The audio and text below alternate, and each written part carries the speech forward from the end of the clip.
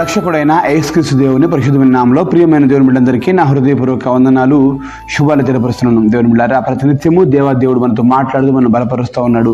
నేడు కూడా ఒక అద్భుతమైన వాక్య సందేశం వినిపింపజేయాలని ఆశపడుతూ నేను వస్తుండగా ఆ యొక్క వాక్యం మనం ధ్యానం చేద్దామా.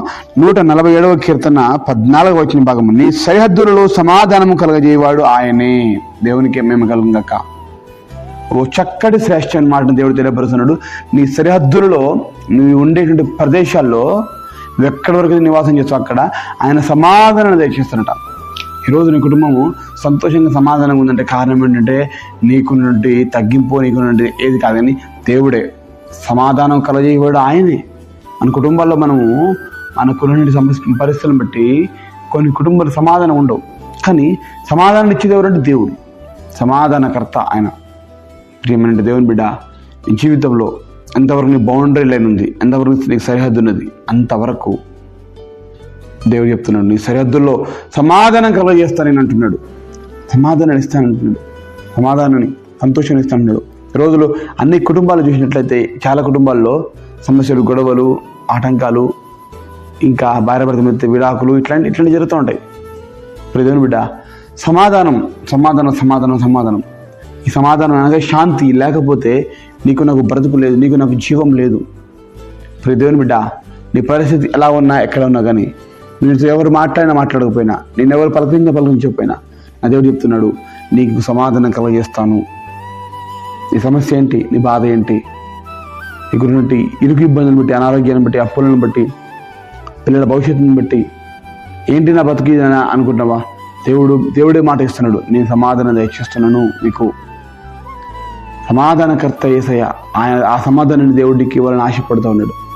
ప్రియ దేవుని బిడ్డ, నువ్వు ఎటువంటి పరిశ్రమలో ఎలా ఉన్నా కానీ దేవునిపై ఆధారపడు, దేవుడు తప్పకుండా విడుదల దయచేస్తాడు. దేవుడి జీవితంలో సమాధానం దయచేస్తాడు. కుటుంబాల కలహాలతో చాలా కుటుంబాలు రోడ్డు పడుతూ ఉన్నాయి. సమాధానం ఎవరన్నా ఒకరు తగ్గించుకొని ఉంటే అటువంటి సమాధానం దేవుడికి ఇస్తూనే ఉంటాడు.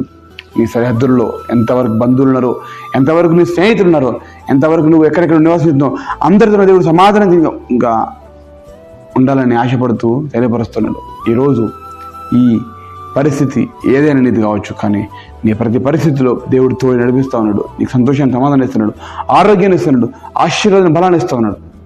కనుక ధైర్యంతో ముందు సాగదాం. దేవుడు చెప్తున్న మాటను బట్టి ఆయన మన జీవితంలో గొప్ప కార్యం జరిగించాలని ఆశపడుతున్నాడు.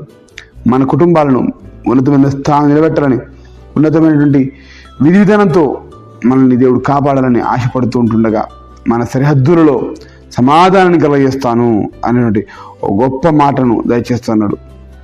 మీ సరిహద్దులలో సమాధానం కలిగేవాడు ఆయనే. ఆయన తప్ప సమాధానం ఎవరు ఇవ్వలేరు. దేవుడే, దేవాదేవుడే. నువ్వు ఎంత చేత్తో పని చేసినా, ఎంత సిద్ధపడినా కానీ అదంతా వ్యర్థమే. కానీ నీ ప్రయత్నంలో యేసయ్య తోడుకున్నట్లయితే సమాధానం దేవుడు తీసుకొని వస్తాడు. ఎక్కడ పోయినా అక్కడ సమాధానం.